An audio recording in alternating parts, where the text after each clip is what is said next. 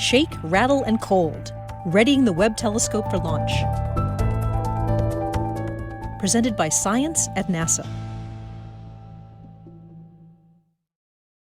The most sophisticated space science telescope ever constructed, the James Webb Space Telescope, JWST, is targeted to launch in October 2018.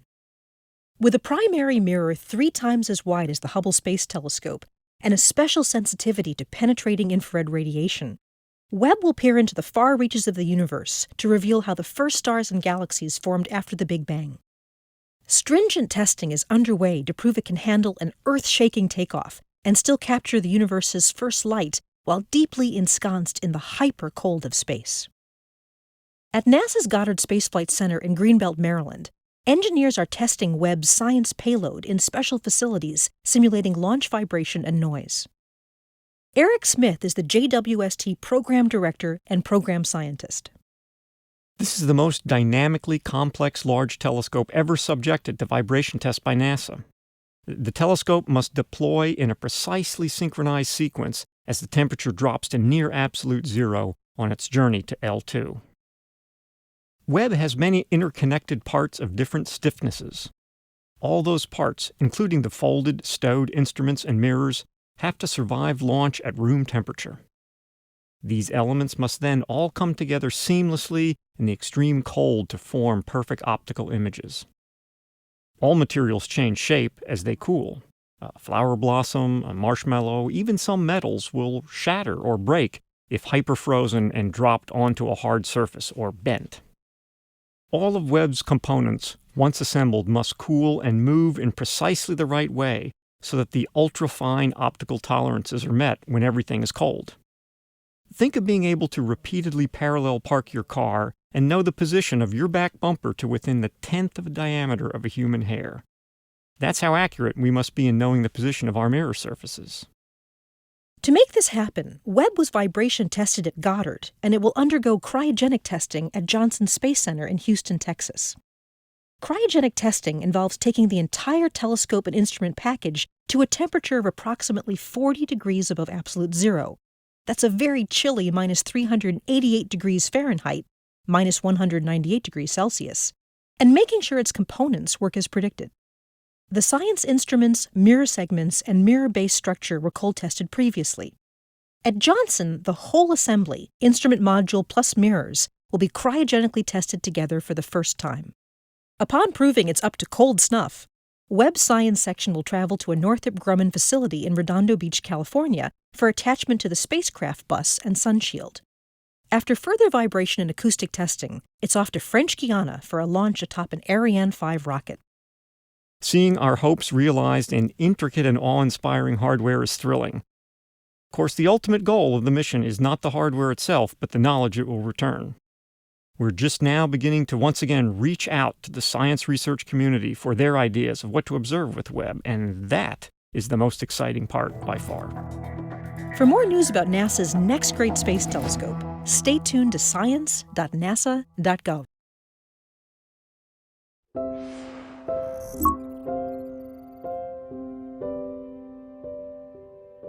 La invención del plástico revolucionó la industria humana para siempre.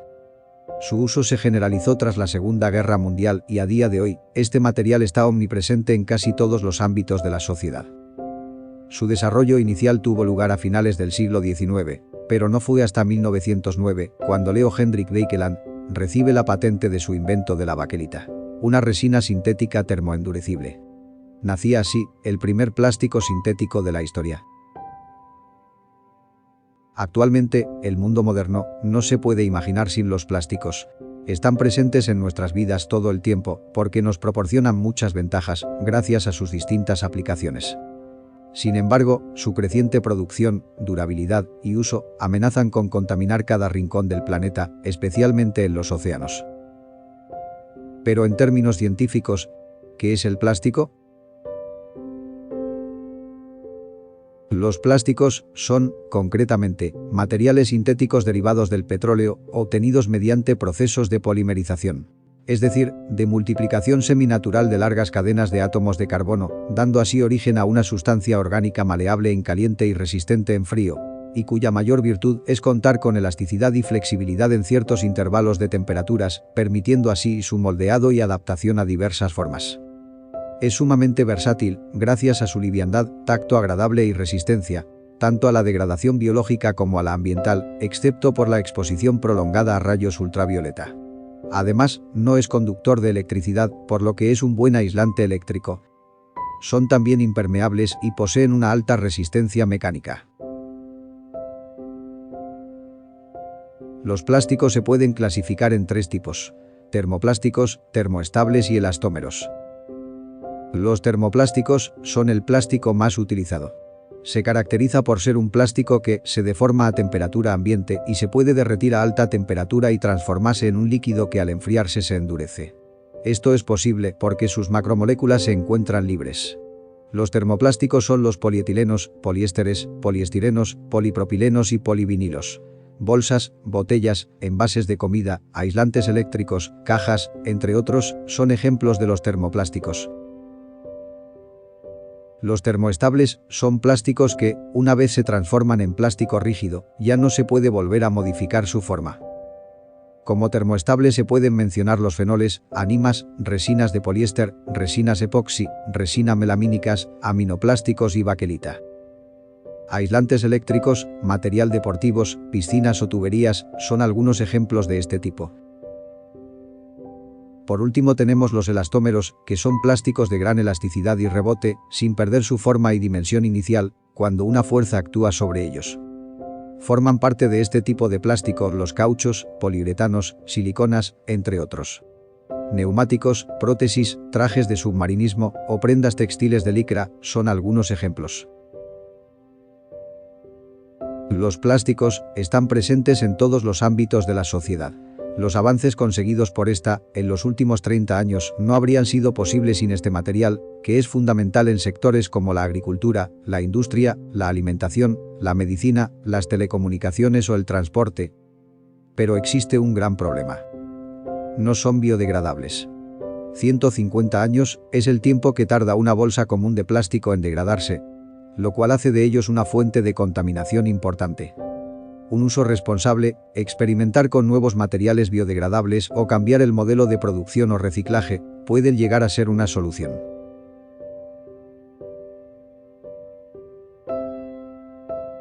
Nos vemos en el siguiente vídeo, en Ciencia On TV.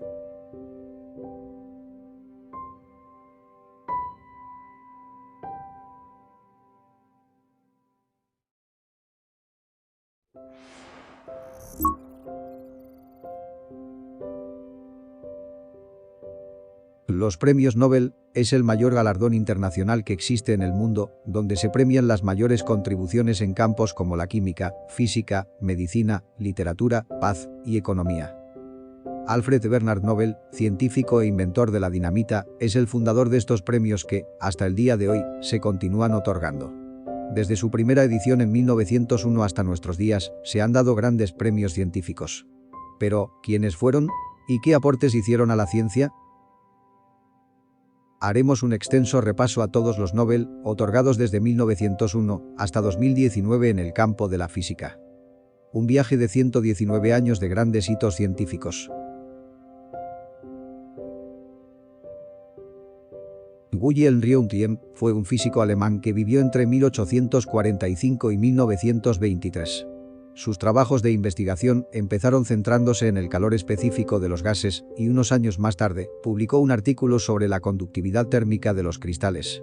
Fue finalmente premiado gracias a su descubrimiento de los rayos X, uno de los avances más importantes para el desarrollo de la medicina moderna y que le valió el primer premio Nobel de Física en 1901, tan solo 6 años después de su hallazgo.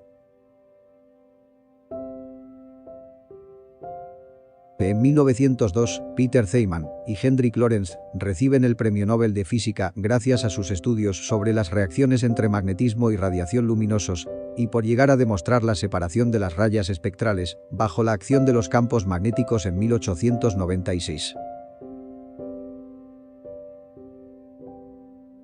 Anthony Henry Becquerel, Pierre Curie y Marie Curie se llevaron el Premio Nobel de Física en 1903 gracias a sus investigaciones conjuntas sobre los fenómenos de la radiación, la cual fue descubierta por Becquerel en 1896, donde descubrió una nueva propiedad de la materia que, posteriormente, se denominó radiactividad.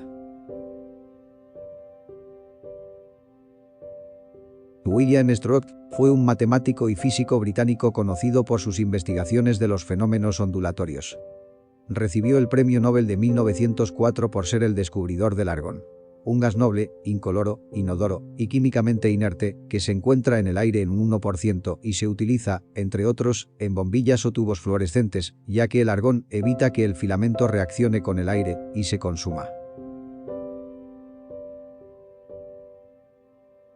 Por el descubrimiento de los rayos catódicos, el físico alemán Philipp Lenard recibe el Premio Nobel de 1905.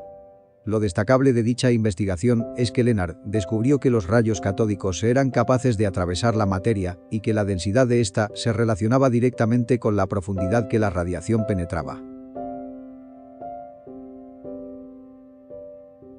Joseph Thomson, físico británico nacido en 1956, fue premiado con el Nobel de Física en 1906 por sus estudios acerca del paso de la electricidad a través del interior de los gases.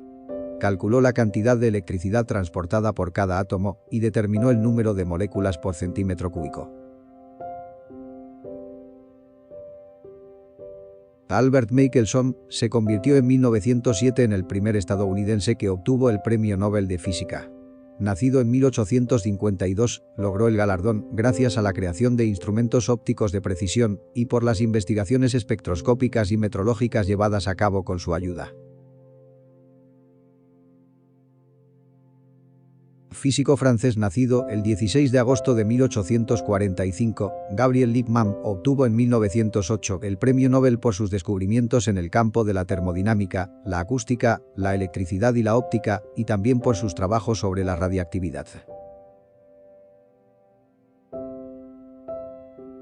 Guglielmo Marconi, ingeniero, empresario e inventor italiano, junto con Carl Ferdinand Braun, físico, inventor y profesor universitario alemán, recibieron el Premio Nobel de Física en 1909 por su contribución a la telegrafía sin hilos y al desarrollo de las comunicaciones inalámbricas a largas distancias. En 1910, Diederik van der Waals, profesor universitario y físico neerlandés, es galardonado con el Premio Nobel por su trabajo sobre la ecuación del estado de sólidos y líquidos.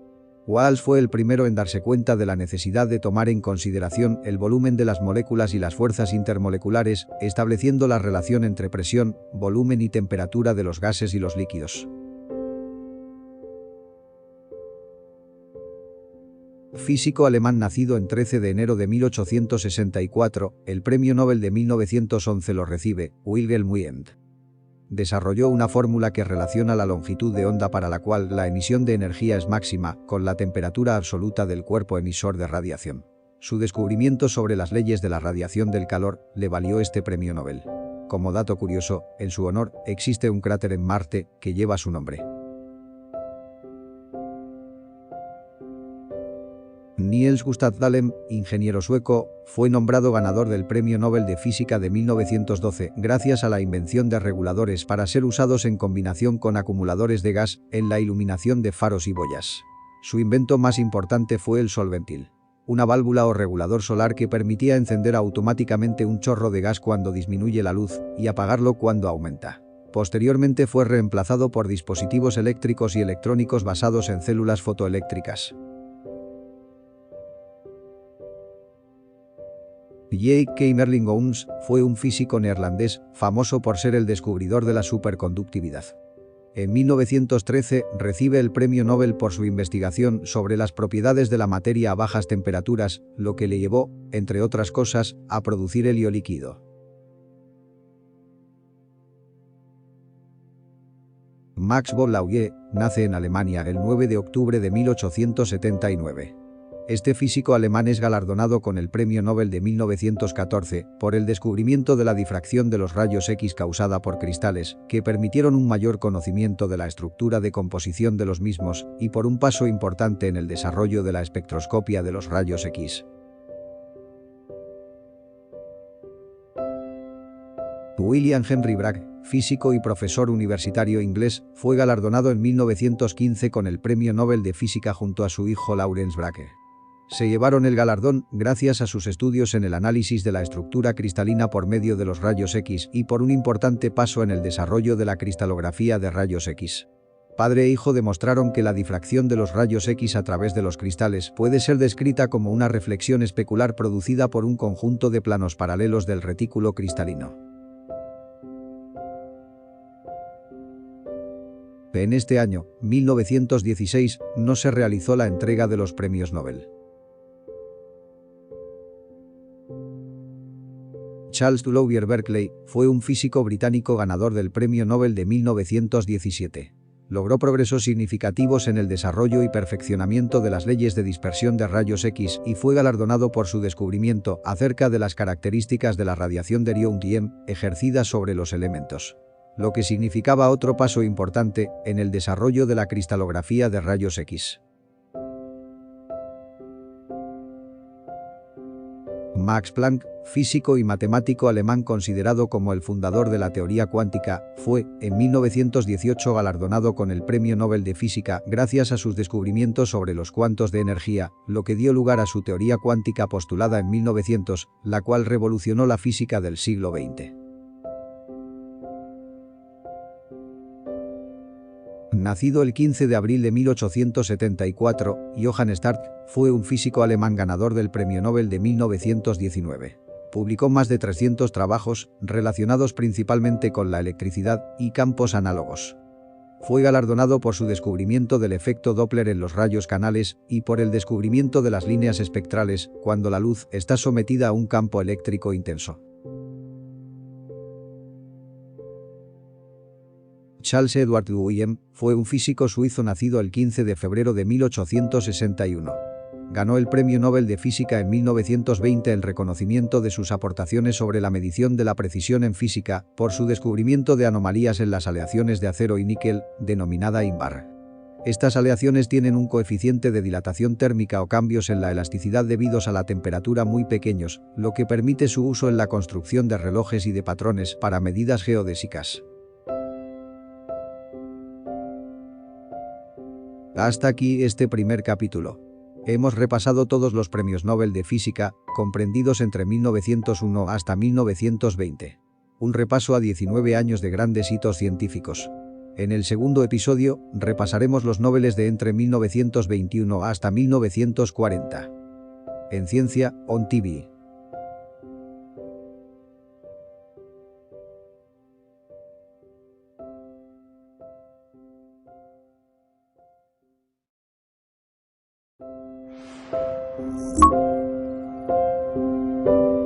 Todos hemos oído hablar del ADN.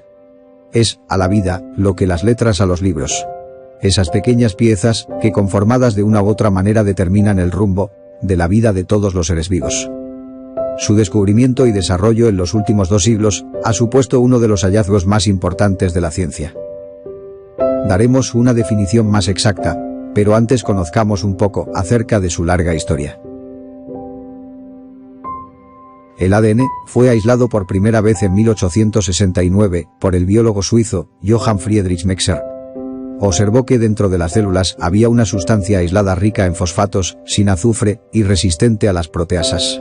Bautizó esa nueva molécula como nucleína, ya que se encontraba en el núcleo de todas las células estudiadas.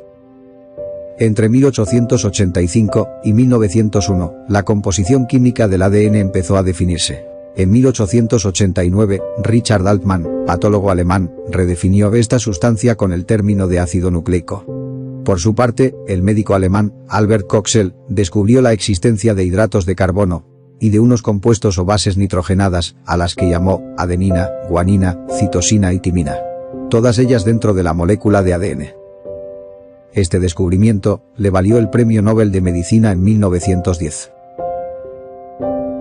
Ya durante la década de 1920, el bioquímico ruso-estadounidense Phoebius Leven determinó la existencia del ARN, otro ácido nucleico necesario para la transmisión de información genética. Luego, con los aportes de Griffith, en 1928, los hallazgos de Avery, en 1944, y los experimentos de Hershey Chase, en 1952, se logró determinar que el ADN es la molécula responsable de la herencia. Un año después, Rosalind Franklin y Maurice Wilkins, Francis Crick y James Watson lograron dilucidar mediante estudios de difracción de rayos X la estructura molecular de doble hélice del ADN, lo que les valió el Premio Nobel de Fisiología y Medicina en 1962. Con toda esta odisea científica, la definición del ADN estaba más clara de lo que nunca había estado. Pero, en términos científicos, ¿qué es exactamente el ADN? El ADN, o ácido desoxirribonucleico, es un polímero esencial para la vida, encontrado en el interior de todas las células de los seres vivos y en el interior de la mayoría de los virus.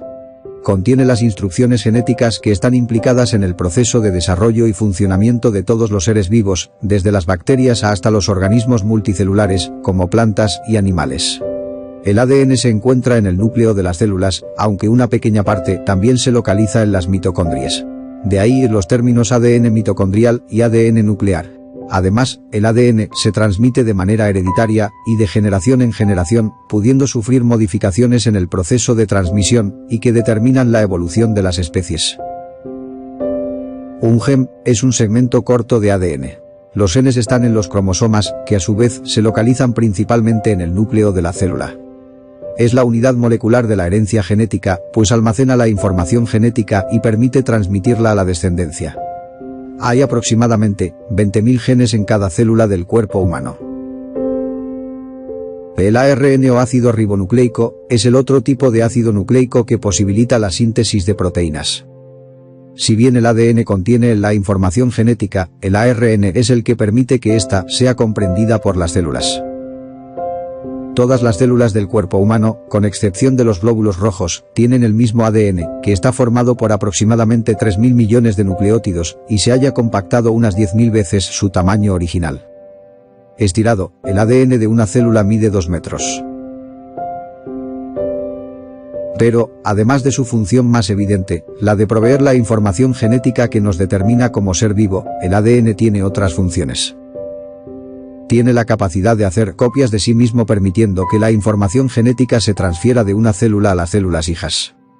Se encarga de la codificación de las proteínas adecuadas para cada célula, gracias a la información que realiza. Intervienen también en el control del metabolismo celular, mediante la ayuda del ARN, y mediante la síntesis de proteínas y hormonas. También la diversidad biológica responde a esta capacidad. Nuestra evolución como especie está determinada por la función de mutación del ADN. El estudio de la genética humana y de la codificación de información genética ha tenido consecuencias de gran importancia para toda la humanidad. El conocimiento del genoma humano permite la detección de las modificaciones en la secuencia de ciertos genes, responsables de muchas enfermedades, lo que proporciona un diagnóstico e incluso un pronóstico de dichas patologías, así como la posibilidad de desarrollar un tratamiento mucho más preciso y menos costoso. Y también hay que mencionar la ingeniería genética, que es el proceso de la utilización de la tecnología del ADN para alterar la composición genética de un organismo. Tradicionalmente, los seres humanos han manipulado indirectamente los genomas mediante el control de la reproducción, así como seleccionando aquella descendencia que tenga las características deseadas. La ingeniería genética, por su gran variedad y por sus múltiples aplicaciones, no puede ser considerada como un todo, sino que debe ser calificada por partes. Los fines terapéuticos de estas técnicas son muy positivos y prometedores, pero en cuanto a la actuación sobre embriones y la clonación, es necesario tener en cuenta todas las consecuencias a la hora de emitir un juicio ético. Además, debemos considerar si se atenta o no contra la dignidad de la propia persona. En julio de 1996 se consigue el primer mamífero clonado a partir de una célula adulta. Con el nacimiento de la oveja Dolly, el asalto de la revolución biotecnológica dejó de ser parte de una ficción futurista, para convertirse en un nuevo modelo de conflicto moral. Nadie duda que la modificación genética despierta temores. Si bien la ciencia no es inocente del todo, Lo que alienta los tambores de guerra no es el descubrimiento de una nueva forma de tecnología. El control y el uso del fuego fue el primer momento de la tecnología de la vida humana. Y pese a todo, los seres humanos aprendimos a vivir con los beneficios del fuego, alejando sus amenazas. Bioética y derecho deben caminar conjuntamente para que los derechos fundamentales del hombre no se vean arrastrados por una revolución científica que sin prisa, pero sin pausa, sigue su inexorable camino. Gracias por ver este vídeo. Nos vemos en el siguiente, en Ciencia On TV.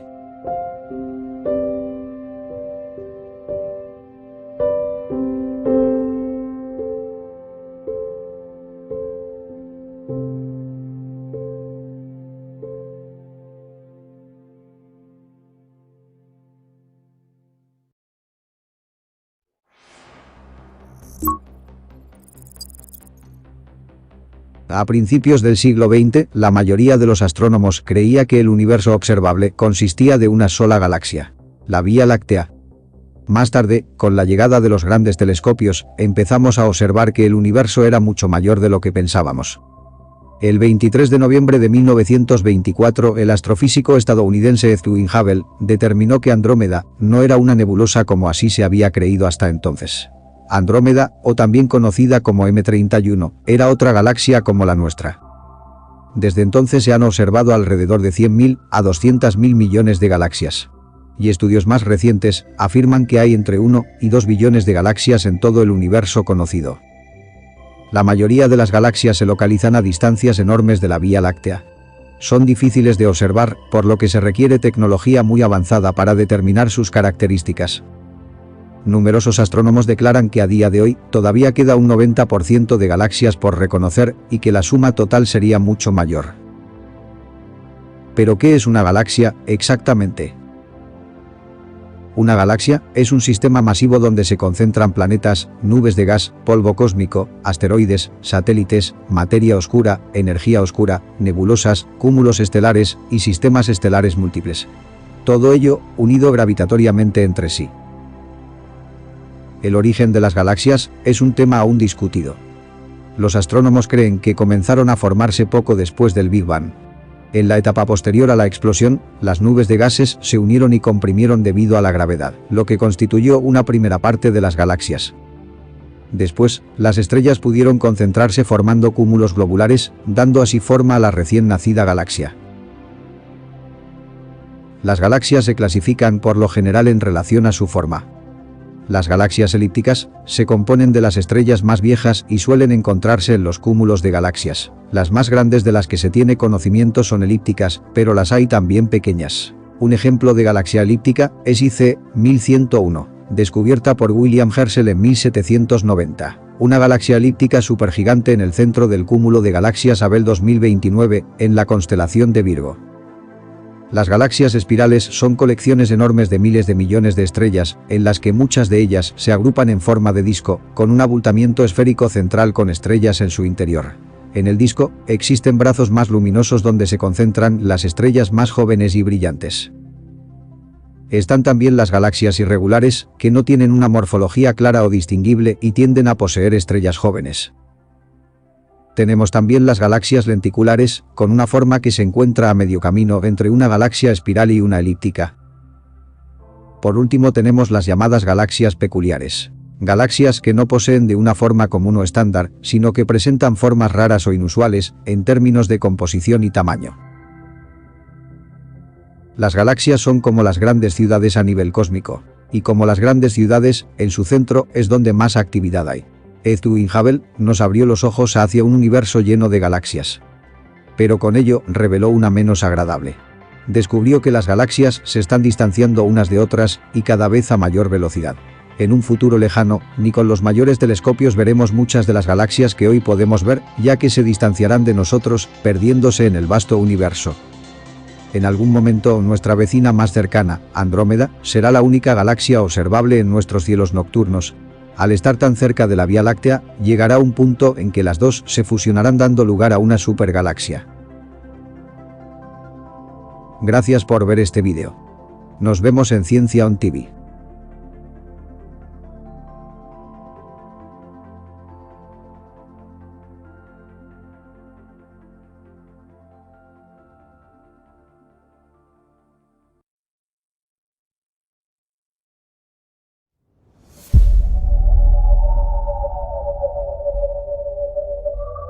A lo largo del tiempo, la naturaleza de la materia ha sido uno de los mayores misterios a lo que los grandes pensadores se habían enfrentado.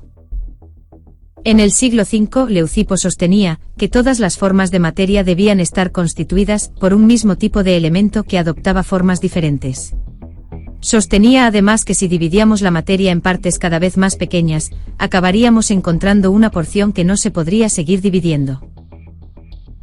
Más tarde, un discípulo suyo, Demócrito, bautizó estas partes indivisibles de materia con el nombre de átomos.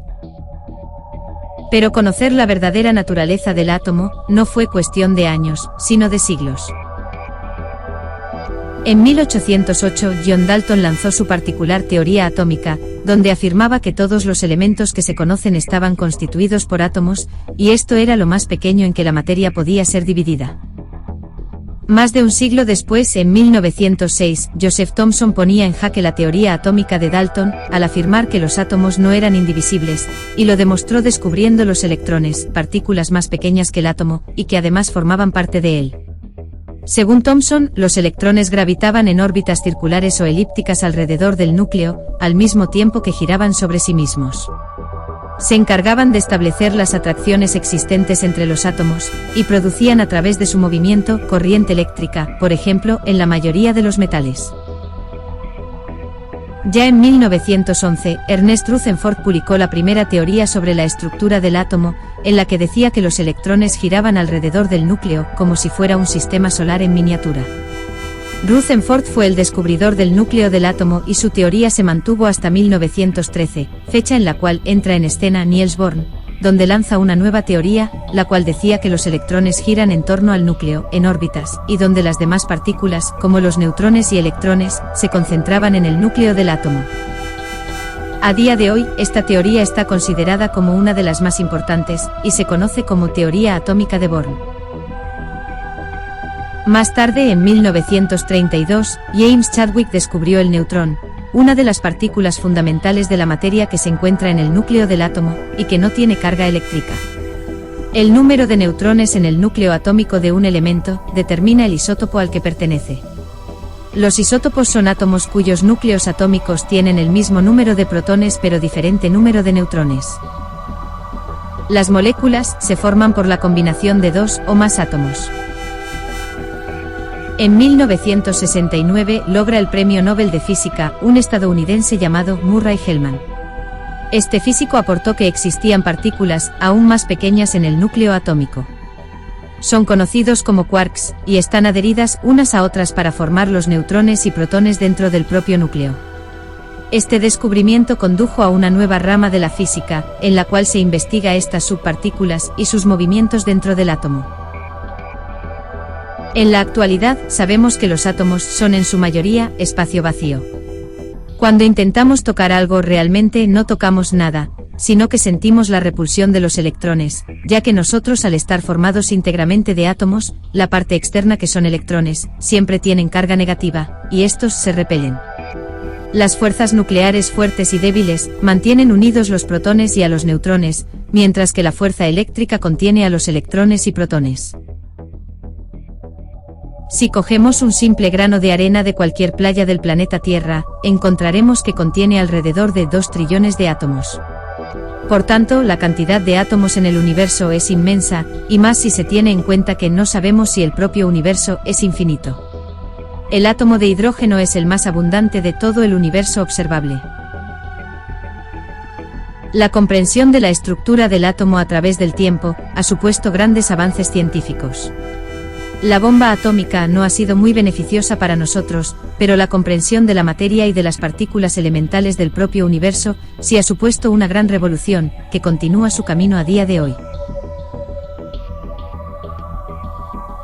Gracias, y nos vemos con más temas en Ciencia On TV.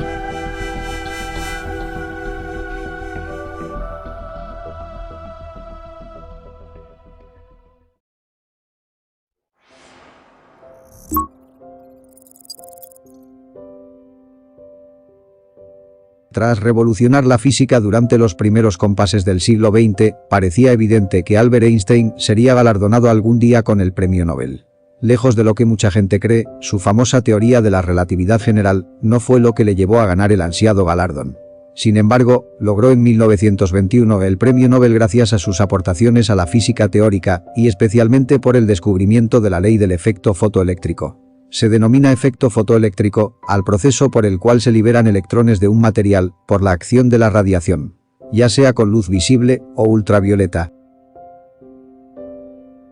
Niels Bohr fue un físico danés nacido en 1885 que contribuyó ampliamente en la comprensión del átomo y de la mecánica cuántica. En 1922 recibe el premio Nobel por sus aportes en la investigación de la estructura de los átomos y de la radiación que de ellos emana. Su trabajo giró en torno al modelo nuclear del átomo de Rutherford, en el que el átomo se ve como un núcleo compacto, rodeado por un enjambre de electrones mucho más ligeros. El modelo de átomo de Bohr utilizó la teoría cuántica y contribuyó enormemente al desarrollo de la física atómica teórica. Robert Andrews Malcolm fue un físico experimental estadounidense, nacido el 22 de marzo de 1868. En 1923 recibe el premio Nobel gracias a una serie de trabajos destinados a medir la carga del electrón, estudiando el efecto de los campos eléctrico y gravitatorio, donde además obtuvo la primera determinación fotoeléctrica del cuanto de luz, verificando la ecuación fotoeléctrica de Einstein de 1916, y donde también evaluó la constante H de Planck. En los últimos años de su vida, investigó la naturaleza de los rayos cósmicos, precisando la variación estacional de su intensidad con la altitud. Mein Schiavone fue un físico sueco nacido el 26 de septiembre de 1978. Consiguió el premio Nobel en 1924 gracias a sus investigaciones en el ámbito de la espectroscopia mediante rayos X. En 1916 descubrió un nuevo grupo de rayas espectrales en el espectro de emisión de estos rayos. Posteriormente, junto con su equipo de colaboradores, proporcionó la demostración experimental de su refracción. También realizó un dispositivo para la producción de retículos adecuados a la difracción de rayos X y ultravioletas, bajo ángulos de incidencias muy pequeñas. En su honor, se bautizó un asteroide descubierto el 16 de octubre de 1977. James Franck y Gustav Hertz, ambos físicos alemanes, reciben en 1925 el premio Nobel gracias a sus descubrimientos acerca de las leyes que rigen el impacto de un electrón sobre un átomo. Esta pareja de físicos llevó a cabo el experimento que les hizo famosos, ya que lograron confirmar que los átomos solamente pueden absorber cantidades específicas de energía. De este modo, el experimento se convirtió en una prueba fundamental para la confirmación de la teoría cuántica. Jean-Baptiste Perrin fue un químico físico francés nacido el 30 de septiembre de 1870 y que fue, en 1926, galardonado con el premio Nobel. Logró el premio gracias a su trabajo acerca de la estructura discontinua de la materia y especialmente por su estudio del equilibrio de sedimentación en suspensiones que contienen partículas microscópicas de calibre uniforme. De esta manera, la discontinuidad de la materia fue probada por él sin lugar a dudas. Arthur Holly-Campton, junto con Rex Wilson, logran el premio Nobel del año 1927. Juntos desarrollaron un método que permite visualizar las trayectorias seguidas por partículas cargadas eléctricamente, basado en la condensación del vapor. Descubrieron también el cambio de longitud de onda de la radiación electromagnética de alta energía al ser dispersada por los electrones, lo cual fue llamado efecto Campton en honor a su descubridor. Owen Richardson fue un físico británico nacido el 26 de abril de 1879. Obtuvo el Premio Nobel de Física de 1928 por su trabajo en la emisión termoiónica, estableciendo sus bases gracias a las investigaciones que realizó sobre la pérdida de electrones por los cuerpos calientes en el vacío. En 1931 Richardson descubrió que la corriente procedente de un alambre, bajo calentamiento controlado, dependía exponencialmente de la temperatura del alambre, comportamiento que era modelado por una fórmula matemática que se conoce como ley de Richardson. Louis Pierre de Broglie nace en Francia el 15 de agosto de 1892. Recibió el Nobel de Física en 1929 por el descubrimiento de la naturaleza ondulatoria del electrón. Formuló una hipótesis en la que afirmaba que toda la materia presenta características tanto ondulatorias como corpusculares, comportándose de uno u otro modo dependiendo del experimento específico, lo cual ayudó a justificar la ecuación de Schrödinger. Venkataraman fue un físico indio ganador del Premio Nobel de 1930. En el año 1928 dio a conocer el descubrimiento por el que es más conocido, el efecto Raman. fenómeno de dispersión inelástica de la luz que se produce en un cuerpo y permite el estudio de rotaciones y vibraciones moleculares. En la dispersión inelástica hay un cambio en la frecuencia de energía y longitud de onda entre el fotón incidente y el emitido, que es un efecto producido por la difusión de la luz en los medios transparentes. En este año no se entregó el premio Nobel. Werner Heisenberg, físico y filósofo alemán nacido el 5 de diciembre de 1901, recibió el Nobel de Física de 1932 gracias a un principio que es mundialmente conocido: el famoso principio de incertidumbre, el cual afirma que es imposible medir simultáneamente de forma precisa tanto la posición como el momento lineal de una partícula concreta. En otras palabras, cuanta mayor certeza se busca en determinar la posición de una partícula, menos se conoce su momento lineal y por tanto, su masa y velocidad. Erwin Schrödinger, físico alemán, junto con Paul Dirac, físico británico, reciben el Premio Nobel de 1933. Reciben este premio gracias a sus notables contribuciones al desarrollo de la mecánica cuántica y de nuevas formas significativas para explicar la estructura atómica. Schrödinger desarrolló también la ecuación que describe la evolución temporal de una partícula subatómica masiva de naturaleza ondulatoria y no relativista, y que también realizó importantes contribuciones en el campo de la termodinámica. En este año no se entregó el premio Nobel. James Chadwick fue un físico inglés laureado en 1935 con el premio Nobel. Realizó un descubrimiento fundamental en el campo de la física nuclear. Descubrió una partícula en el núcleo del átomo con una masa equivalente a la del protón, pero que no tenía carga eléctrica. Esta partícula pasó a llamarse neutrón. De esta forma, Chadwick allanó el camino hacia la fisión del uranio 235 y hacia la creación de la bomba atómica. Victor Francis Hess comparte en 1936 con Carl David Anderson el Premio Nobel de Física. Victor Hess, de origen austriaco, recibe el premio gracias a sus observaciones acerca de la radiación cósmica. Dedujo que la intensidad de los rayos cósmicos aumenta con la altitud, que su número varía con la latitud y que son un 1,5% más intensos durante el día que por la noche. También estudió la radiactividad terrestre, así como la conductividad eléctrica y el equilibrio de ionización de la atmósfera. Por su parte, el estadounidense Carl David Anderson, analizando fotografías de los rastros de rayos cósmicos en la cámara de ionización, descubrió en 1932 una partícula a la que llamó positrón. Su existencia había sido predicha unos años antes por Paul Dirac. Clinton Davidson, en colaboraón con Paget Thompson, logran el galardón Nobel de 1937. Estos dos físicos, estadounidense y británico, logran el premio gracias a sus descubrimientos experimentales de la difracción de los electrones causada por cristales.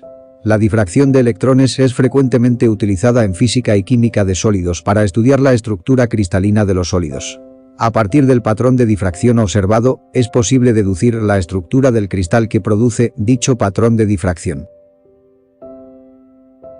Enrico Fermi fue un físico nacido en Italia el 29 de septiembre de 1901.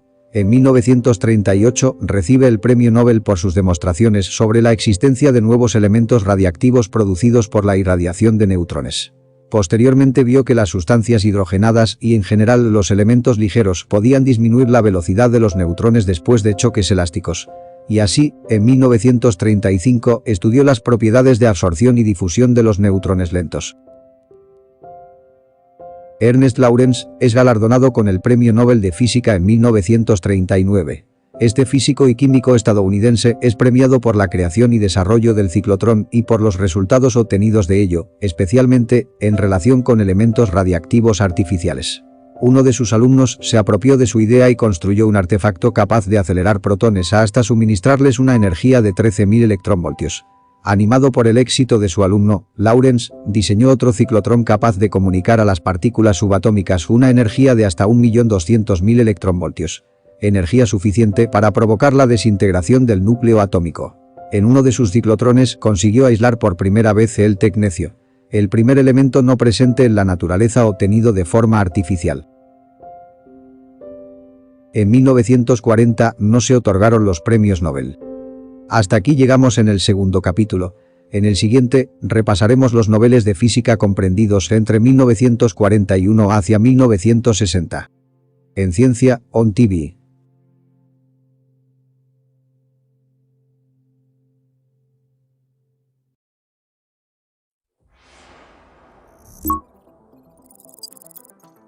El 28 de noviembre de 1967, una joven científica llamada Jocelyn Bell descubrió el primer púlsar de la historia. Durante sus 2 primeros años de trabajo, Bell participó en la construcción de un radiotelescopio cuyo objetivo era el de estudiar los cuásares, un término que hace referencia a objetos muy lejanos que emitían ondas de radio, de los que no se sabía su procedencia. Hoy sabemos que son agujeros negros muy masivos en el centro de las galaxias. Su observatorio producía más de 120 metros de papel en análisis cada 4 días. Ante esta ingente cantidad de información, Bell se dio cuenta de que había unas señales inusuales en aquellos datos.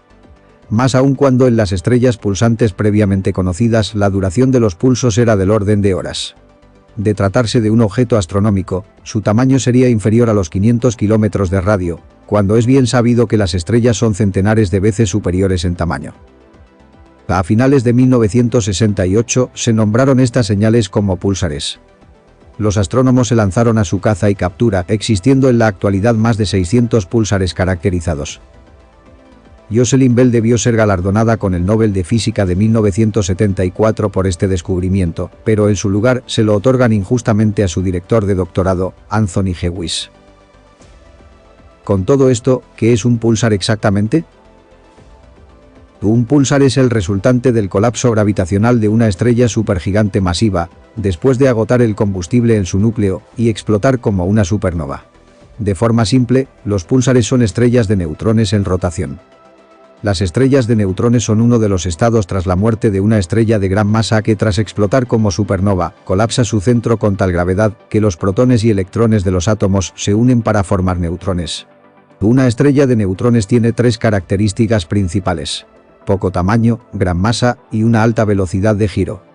Estas estrellas giran a gran velocidad con su intenso campo magnético inclinado respecto al eje de rotación y pueden emitir radiación que desde la Tierra parece destellar a medida que gira con pulsos de luz periódicos.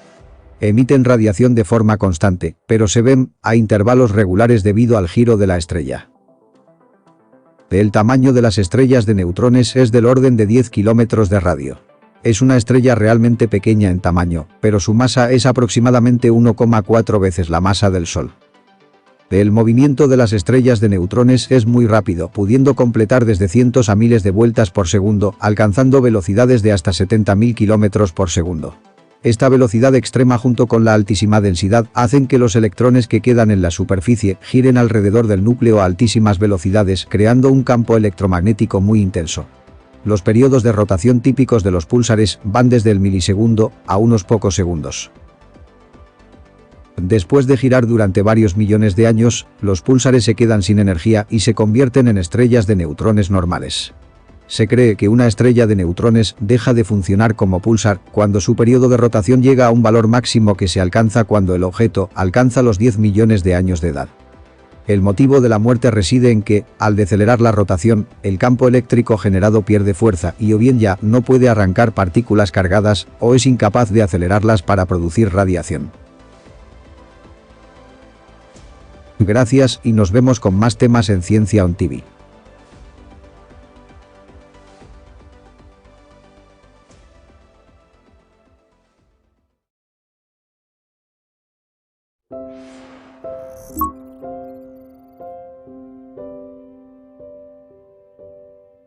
Una de las características esenciales de la vida es el consumo de energía, ya que todos los procesos vitales solo se producen si se dispone de ella. Todos los seres vivos, incluidos las plantas, necesitamos de energía para poder vivir. Nosotros tomamos nuestra energía de los alimentos que consumimos y por ello pertenecemos al grupo de los heterótrofos. Pero existen organismos que producen su propio alimento utilizando energía del medio ambiente, los llamados autótrofos. Un ejemplo de estos son las plantas verdes, las cuales obtienen su energía directamente de la luz solar, transformando esta energía luminosa en energía química, la cual es utilizada por la planta para desarrollarse, reproducirse y cualquier proceso que la planta requiera durante su vida. La fotosíntesis es un proceso físico-químico por el cual plantas, algas, bacterias fotosintéticas y algunos protistas como diatomeas utilizan la energía de la luz solar para sintetizar compuestos orgánicos.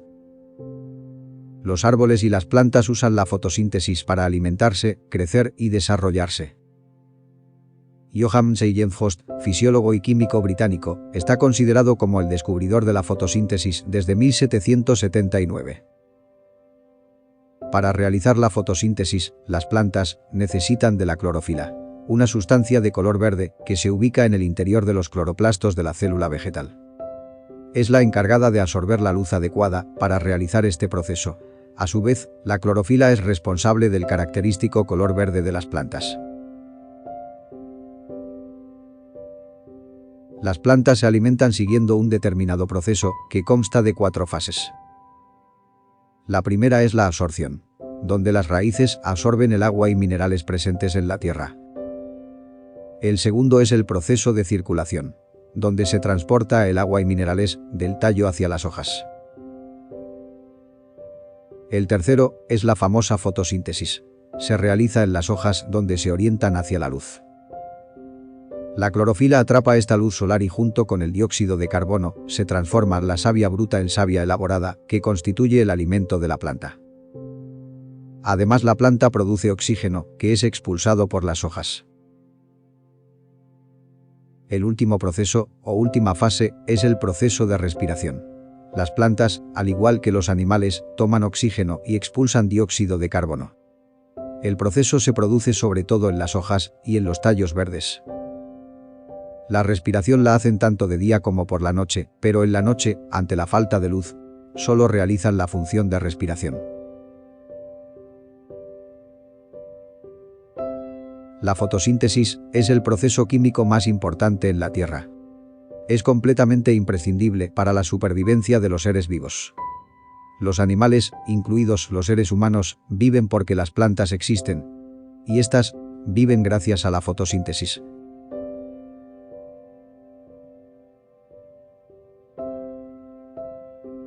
Nos vemos en el próximo vídeo, en Ciencia On TV.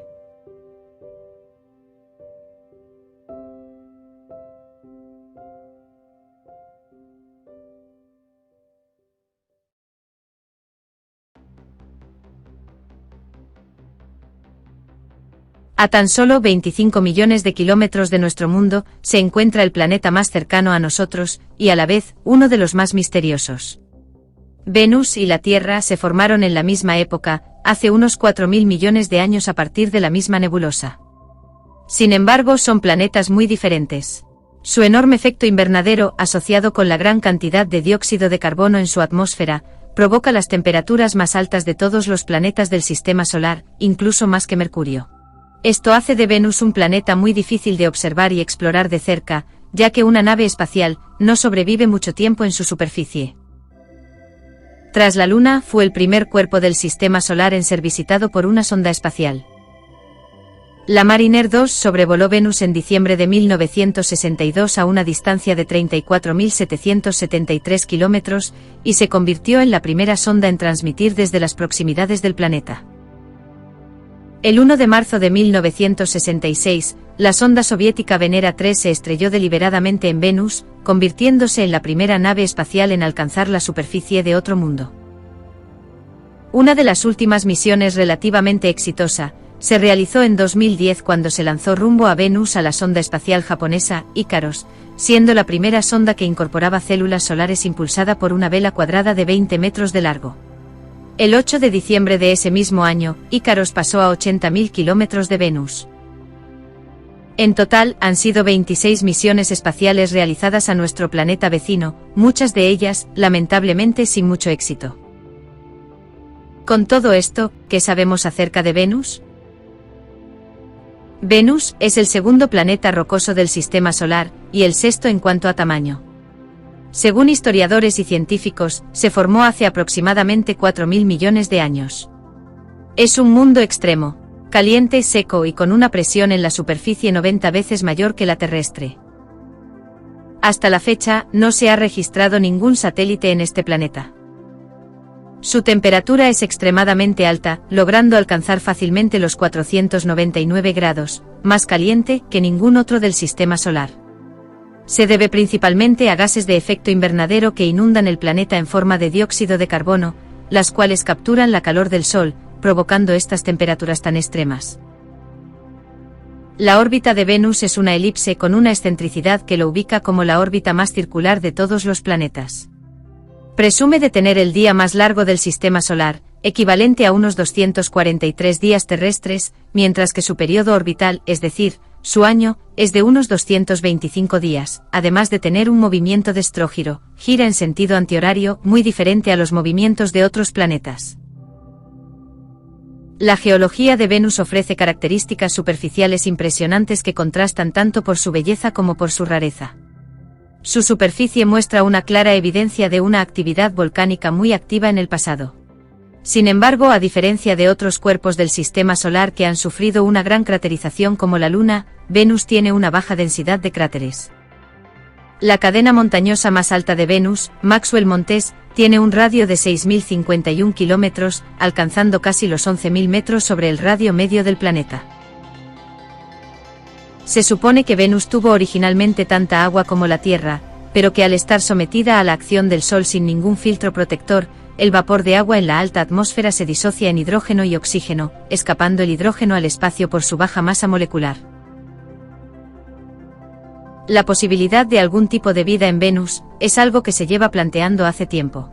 No así tanto en su extrema superficie, sino en ciertas regiones de la atmósfera superior donde podría ser factible albergar, por ejemplo, organismos extremófilos. De hecho, recientemente un equipo internacional de astrónomos han encontrado cantidades significativas de un gas llamado fosfina o fosfano, el cual se considera un marcador biológico. El hallazgo no permite afirmar con rotundidad que haya vida microbiana extraterrestre, pero, según los expertos, indicaría que el planeta tiene el potencial de albergar, o haber albergado vida. Aunque, como todo, el tiempo y las futuras misiones que ya se están planeando rumbo al planeta nos darán más datos sobre esto, Venus ya ha despertado nuestra curiosidad. Gracias por ver, y nos vemos con más vídeos en Ciencia On TV.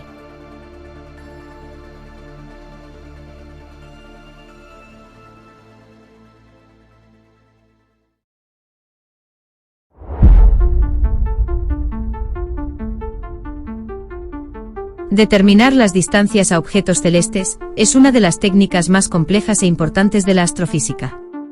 Los astrónomos han desarrollado una gran variedad de técnicas para enfrentarse al problema. Estas técnicas utilizan el movimiento y la luz de las estrellas en relación con la Tierra.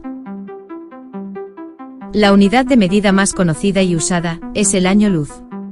El año luz es lo equivalente a la distancia recorrida por la luz en un año, viajando a una velocidad de 300.000 km por segundo. Está también la llamada unidad astronómica, la cual es utilizada normalmente para medir distancias cercanas en nuestro sistema solar. Esta unidad toma como referencia la distancia media entre la Tierra y el Sol, unos 150 millones de kilómetros. Por último tenemos el parsec, que está basado en el método del paralaje trigonométrico, el más antiguo y extendido para determinar las distancias a las estrellas. Pero realmente, ¿qué métodos utilizan los astrónomos para calcular estas distancias tan largas? Principalmente utilizan tres métodos según su escala.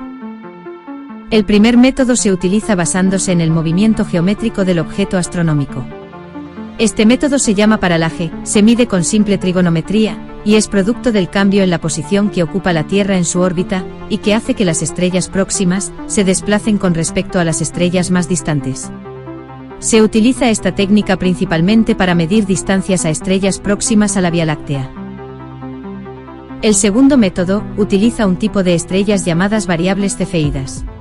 Su descubrimiento permitió a la cosmología avanzar hasta su punto actual.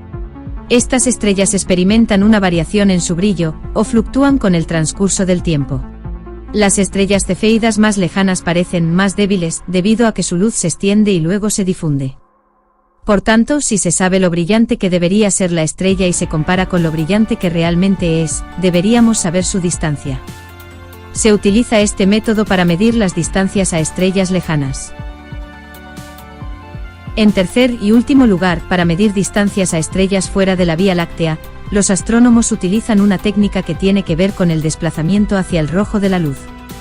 Todo comenzó cuando el astrónomo estadounidense Edwin Hubble postuló que el universo se expandía, de modo que cada galaxia se aleja de nosotros a una velocidad proporcional a su distancia. Cuanto más débil es el brillo de la galaxia, mayor es su velocidad de alejamiento. Si el astro se aleja, las líneas se desplazan hacia las longitudes de onda largas, identificadas con el color rojo.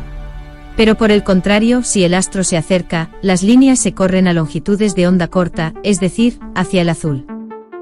Se establece así una relación proporcional entre la velocidad y la distancia de una galaxia. Gracias, y nos vemos con más temas en Ciencia On TV.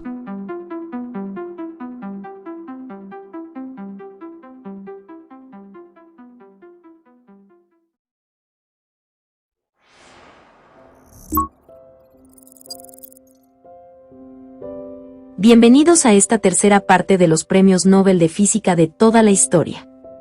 En esta entrega repasaremos los premios Nobel comprendidos entre 1941 a 1960.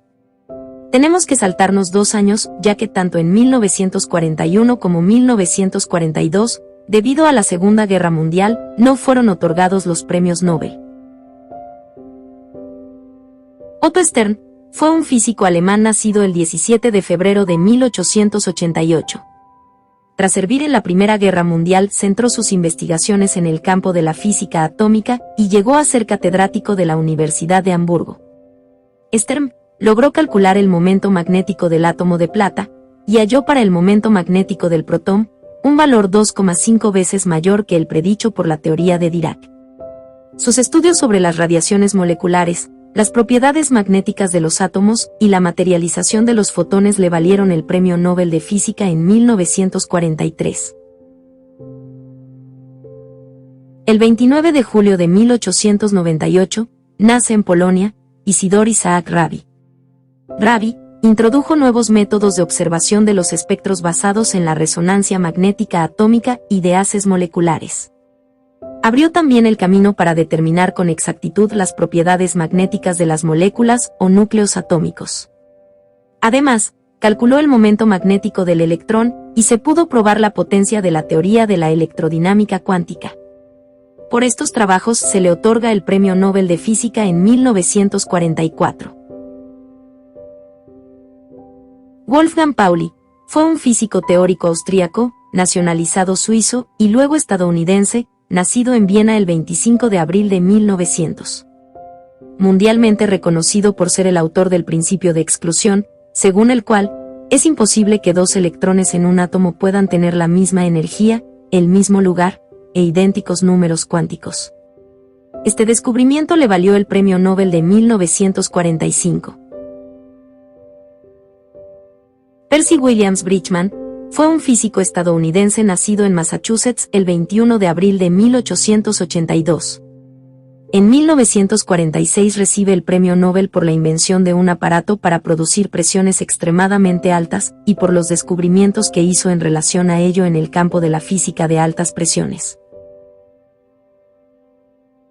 Edward Appleton fue un destacado físico inglés nacido el 6 de septiembre de 1892. Ganador del Premio Nobel de Física de 1947 gracias al descubrimiento de la existencia de la capa F de la ionosfera terrestre, que, al actuar como superficie reflectora de las ondas cortas de radio, permite las comunicaciones radiofónicas a larga distancia. Contribuyó asimismo al desarrollo del radar y a la investigación en materia nuclear, y demostró que las manchas solares son potentes emisores de ondas cortas. Patrick Maynard fue un físico experimental inglés nacido en Londres el 18 de noviembre de 1897.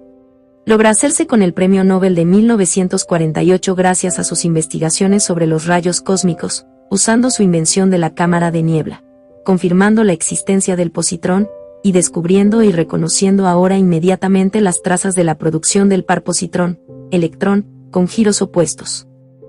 Este trabajo, así como el realizado en la aniquilación de la radiación, le hicieron convertirse en el primer y principal experto investigador de la antimateria. Hideki Yukawa nace en Tokio el 23 de enero de 1907. Especializado en física atómica y familiarizado con las herramientas cuánticas, propuso en 1935 una original teoría que explicaba la naturaleza de las fuerzas nucleares fuertes, haciendo uso de una partícula, el mesón, cuya masa se sitúa entre los valores de protón y electrón, como medio de intercambio. Una teoría análoga a la vigente en electrodinámica cuántica, que explica la interacción entre cargas eléctricas, por medio del intercambio de fotones. En 1949 fue galardonado con el Premio Nobel de Física por la formulación de la hipótesis de los mesones, basada en trabajos teóricos sobre fuerzas nucleares. Frank Powell fue un destacado físico británico nacido en Tonbridge, Inglaterra, el 5 de diciembre de 1903. Galardonado con el Premio Nobel de Física en 1950 por su desarrollo del método fotográfico al estudiar los procesos nucleares, y por el resultante descubrimiento del pi-mesón, una partícula subatómica pesada. John Douglas Cockcroft, físico británico, junto con Ernest Thomas Walton, físico irlandés, logran el Nobel de Física de 1951. Estos dos físicos reciben el premio gracias a su pionero trabajo sobre la transmutación de los núcleos atómicos acelerados artificialmente por partículas subatómicas. Usaron un acelerador de partículas que habían desarrollado para bombardear átomos de litio con protones. Felix Bloch, junto con Edward Miles Purcell, lograron ganar el Premio Nobel de Física del año 1952.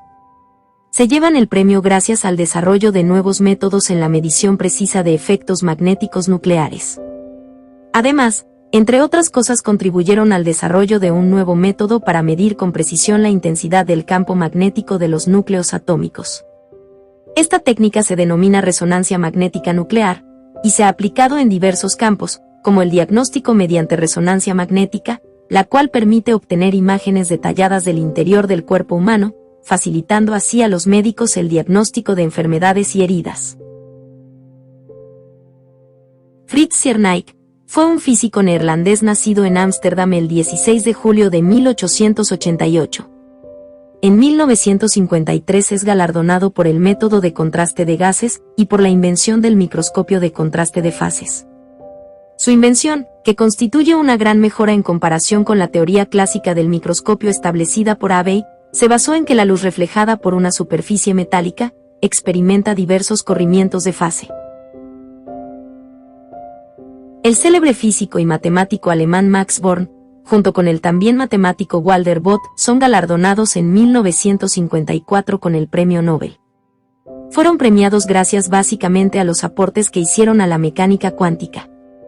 Max Born por sus investigaciones de carácter fundamental en el campo de la mecánica cuántica, en especial por su interpretación estadística de la función de onda.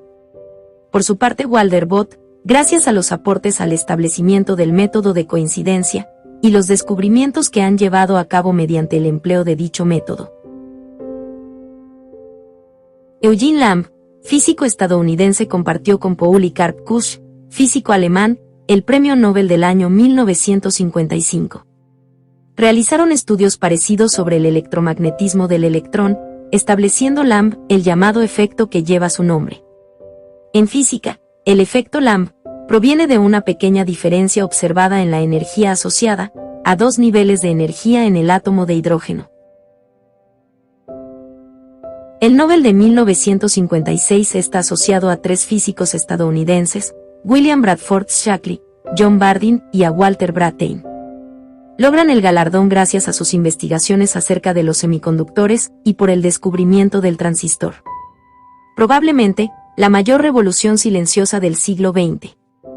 El funcionamiento de la gran mayoría de los equipos que utilizamos a diario, televisores, teléfonos móviles, ordenadores y un largo etcétera, está basado en las propiedades de los transistores con los que están construidos. En 1957 se llevaron el Nobel dos físicos chinos, Sun-Dao Lee y Chen Ning-Yan.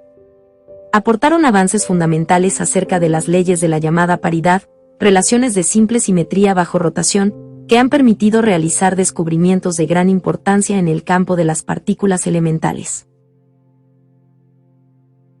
El Premio Nobel de 1958 se fue para Rusia gracias a los trabajos de Pavel Cherenkov, Ilya Frank y de Igor Tamm.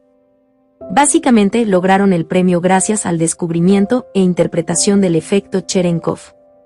El efecto tomó su nombre de Pavel Cherenkov, quien mientras estudiaba la luminiscencia en 1934, encontró que los líquidos transparentes excitados por rayos gamma de una fuente de radio emitían una débil luz azul.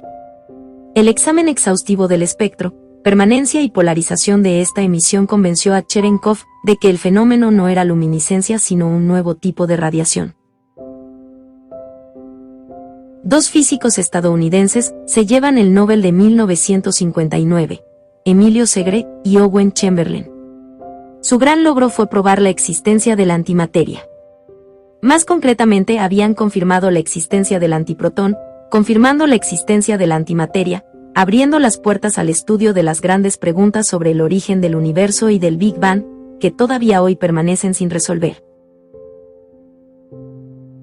Donald Glaser fue un físico y neurobiólogo estadounidense nacido el 21 de septiembre de 1926.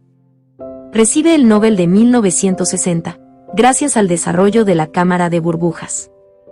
La cámara de burbujas es un detector de partículas cargadas eléctricamente. La compone una cuba que contiene un fluido transparente, generalmente hidrógeno líquido, que está a una temperatura algo más baja que su temperatura de ebullición. Una partícula cargada deposita la energía necesaria para que el líquido comience a hervir a lo largo de su trayectoria, formando una línea de burbujas. De esta manera se pueden obtener la masa y la carga de las partículas que entran en la cámara. Y hasta aquí nuestro repaso a los Nobeles de Física comprendidos entre 1941 a 1960. Volveremos en la cuarta entrega con los premiados de entre 1961 a 1980. Gracias por ver y nos vemos pronto en Ciencia On TV.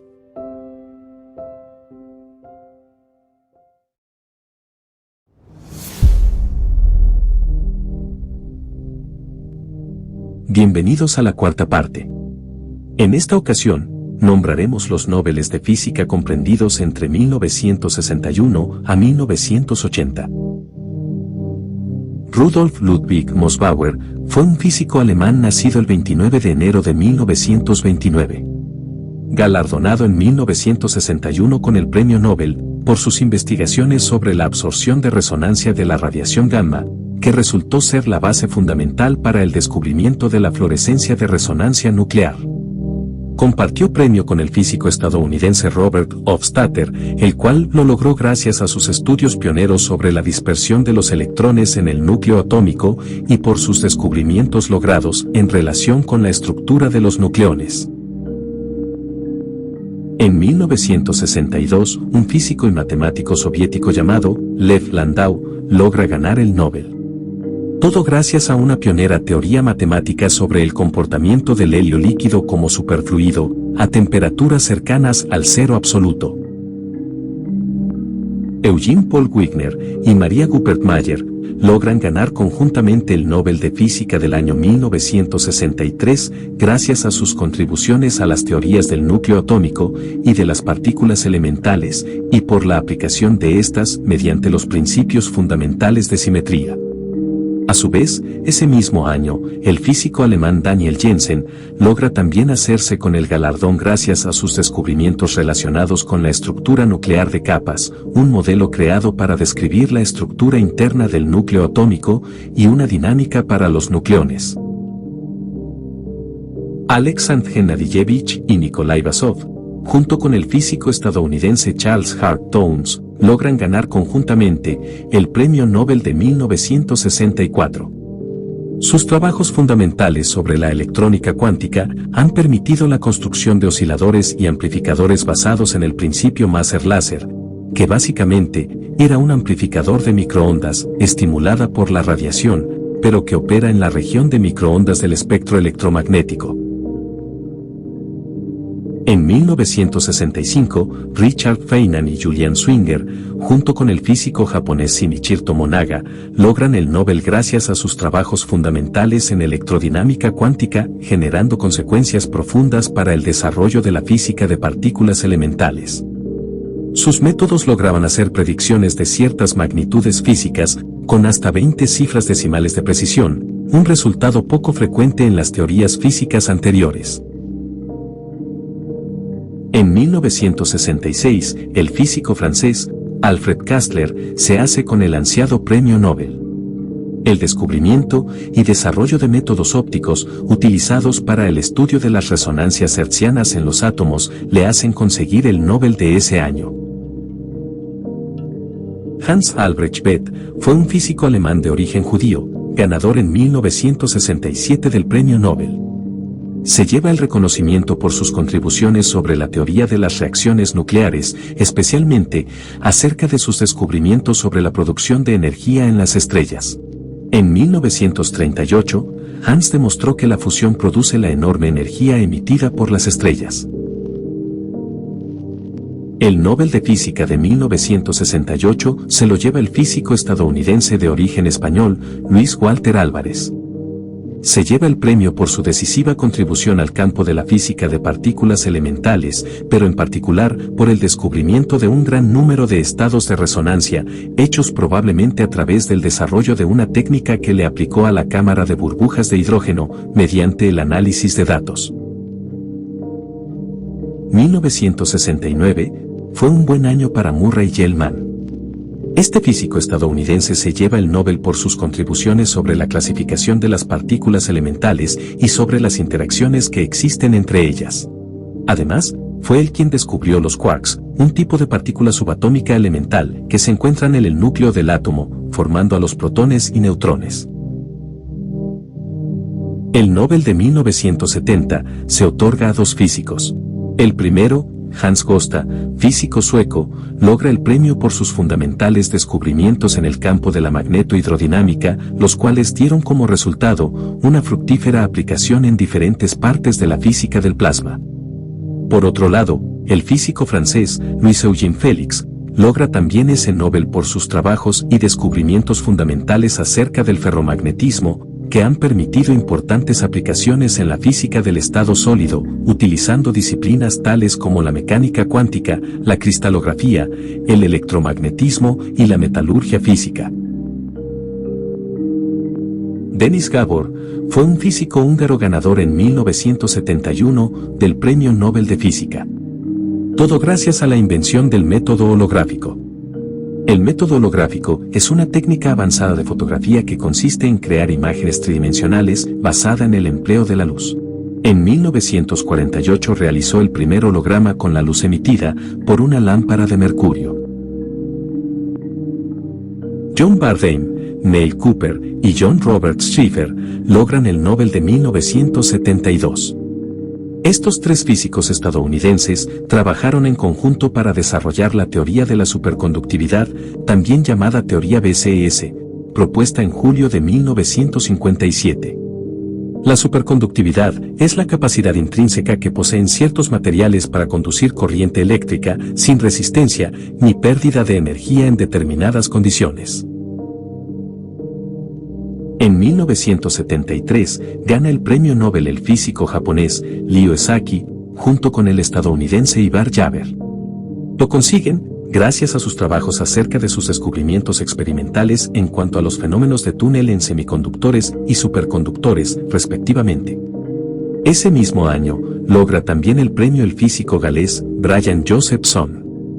Sus predicciones teóricas acerca de las propiedades de los superflujos a través de una barrera de túnel le hacen lograr el galardón. En 1974, dos físicos británicos se llevan el Nobel: Martin Rayl y Anthony Hewitt. Ambos gracias a sus pioneras investigaciones en la astrofísica de radio. Martin Rayl, gracias a sus observaciones e invenciones, en particular por la técnica de síntesis de apertura. Por su lado, Hewitt, por su papel decisivo en el descubrimiento de los púlsares, que son estrellas que emiten radiación muy intensa a intervalos cortos y regulares. Dos físicos daneses, H. Bohr y Ben Roy Mottelson, junto con el físico estadounidense James Rainwater, logran el Premio Nobel de 1975. Todo gracias al desarrollo de la teoría de la estructura del núcleo atómico, basado en el descubrimiento de la conexión entre el movimiento colectivo y el movimiento de partículas en el núcleo de los átomos. El dúo formado por el físico estadounidense Barton Richter y por el chino Samuel Chao Ting logran el Premio Nobel de 1976. sus trabajos pioneros acerca del descubrimiento de una nueva clase de partículas elementales hizo valer el ansiado galardón para estos dos físicos. Las partículas elementales son las partículas que teóricamente no pueden ser descompuestas en partículas más pequeñas. Philip Warren Anderson y John Hasbrouck Van Vleck, ambos físicos estadounidenses, reciben el Nobel de 1977, junto al físico británico Neville Francis Matt. Un premio, otorgado gracias a sus investigaciones teóricas fundamentales acerca de la estructura electrónica de sistemas magnéticos desordenados. El físico soviético, Leonidovich Kapitsa, junto con dos físicos estadounidenses, Allan Penzias y Robert Woodrow Wilson, logran el Premio Nobel de 1978. Kapitsa se lo lleva gracias a sus invenciones y descubrimientos básicos en el área de la física de bajas temperaturas, mientras que Penzias y Woodrow Wilson, por su descubrimiento de la radiación de fondo cósmico de microondas, una forma de radiación electromagnética que llena todo el universo y que fue descubierta en 1965. El Nobel de Física de 1979 se va para dos físicos estadounidenses, Sheldon Glashow y Steven Weinberg, y para un físico pakistaní llamado Abdus Salam. Estos tres físicos desarrollaron grandes contribuciones al desarrollo de la teoría de la interacción débil y electromagnética unificada entre partículas elementales, incluyendo, entre otras cosas, la predicción de la corriente neutral débil. James Watson Cronin y Val Laxenfich, ambos físicos estadounidenses, logran hacerse con el Nobel de 1980. Básicamente estos dos físicos lograron descubrir la vulneración en los principios fundamentales de simetría en la desintegración de mesones K-neutros. Estos se generaban mediante interacción fuerte y el hecho inesperado de que decayeran por interacción débil hacía que tuviesen una vida media mayor de la prevista. Y con el Nobel de 1980 damos por terminada esta cuarta parte. En la quinta, repasaremos los Nobeles comprendidos entre 1981 al año 2000, cerrando así un siglo lleno de grandes descubrimientos científicos. Gracias y nos vemos con más vídeos en Ciencia On TV.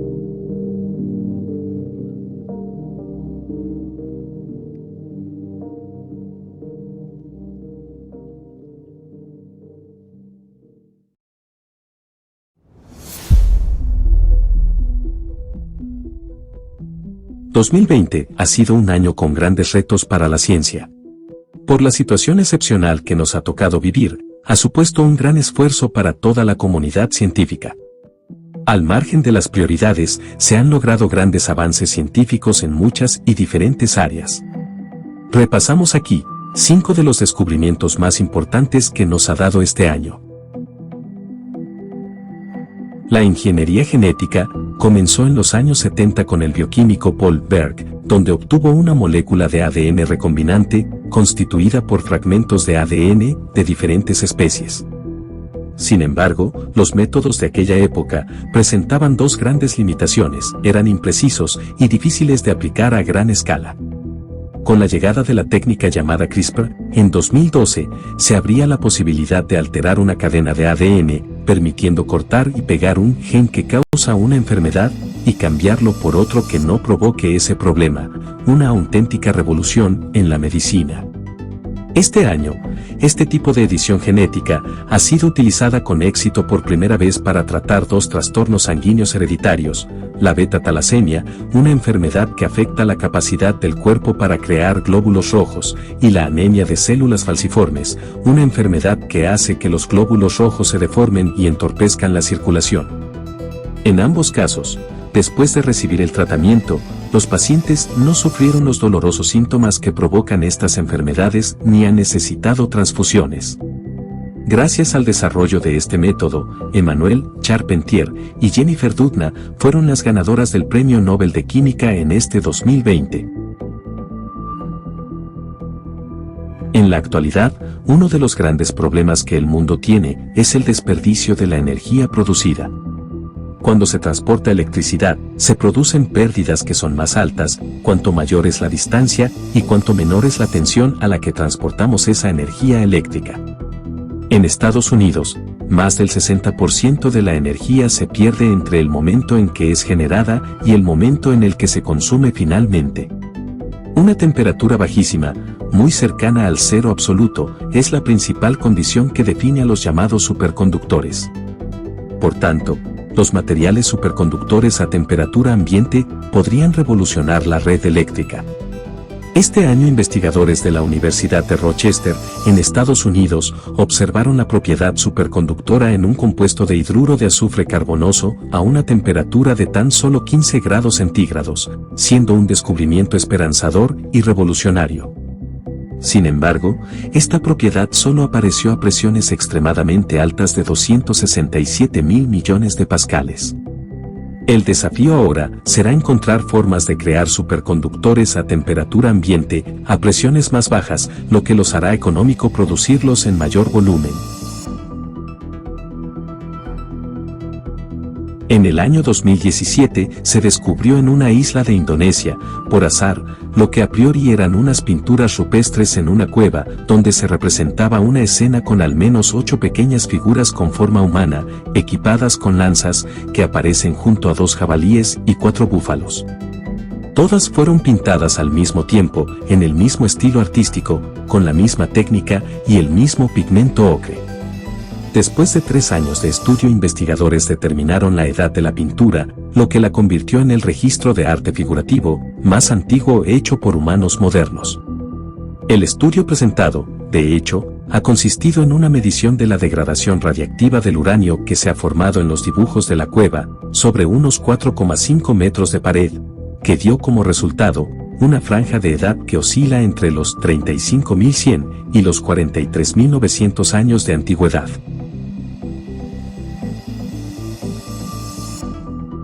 La conciencia se define en términos generales como el conocimiento que un ser tiene de sí mismo y de su entorno.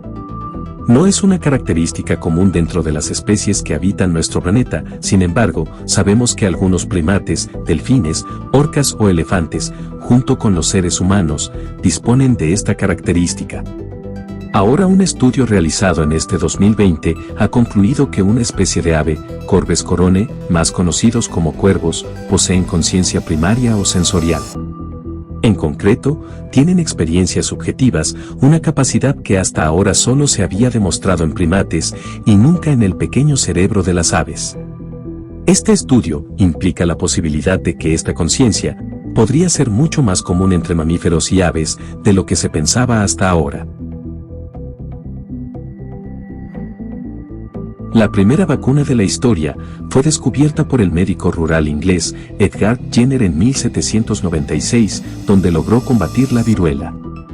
En este 2020, no nos enfrentamos a la viruela, pero sí a la agresiva inclusión del virus COVID-19, que logró paralizar al mundo entero, con millones de infectados y muertes. Por este motivo, el descubrimiento de una vacuna se volvió algo de máxima prioridad para la humanidad. Así, en poco menos de un año los científicos de todo el mundo han logrado desarrollar una vacuna eficaz en tiempo récord, convirtiéndose en el desarrollo de una vacuna más rápido de toda la historia, abriendo, por fin, un rayo de esperanza para toda la humanidad. Gracias por ver, y volveremos en 2021, con más temas y curiosidades en Ciencia On TV.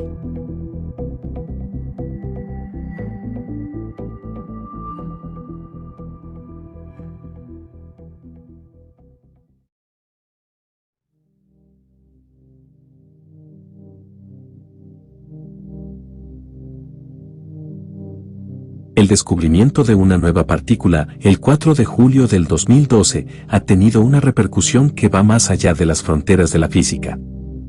Se trataba de una partícula elemental, con un papel fundamental en el mecanismo que origina la masa de las partículas elementales. La nueva partícula recibió el nombre de bosón, o partícula de Higgs. El bosón de Higgs era la pieza que faltaba del modelo estándar de física de partículas. Pero es necesario retroceder en el tiempo para conocer el origen de la idea que condujo a este gran logro de la ciencia.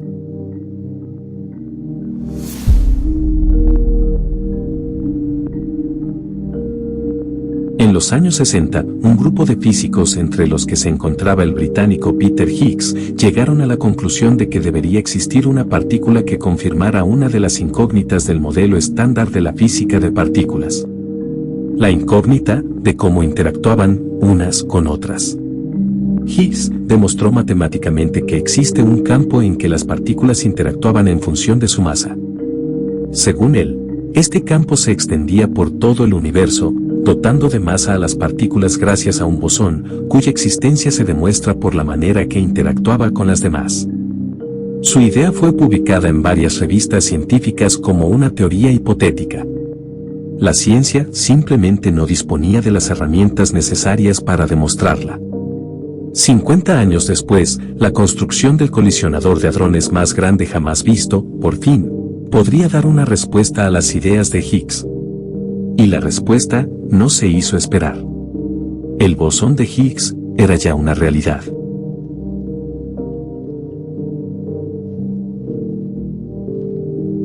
Descubrir al bosón de Higgs supuso un gran avance para la comprensión de la teoría de la inflación cósmica, una teoría que pretende explicar la expansión ultrarrápida del universo después del Big Bang. Esta inflación o expansión se hubiera detenido sin la presencia del campo de Higgs, por lo que fue de gran importancia incluso en el propio origen y desarrollo del universo. Abre una ventana clave para entender por qué existe el universo y puede arrojar luz sobre los secretos de la esquiva materia oscura.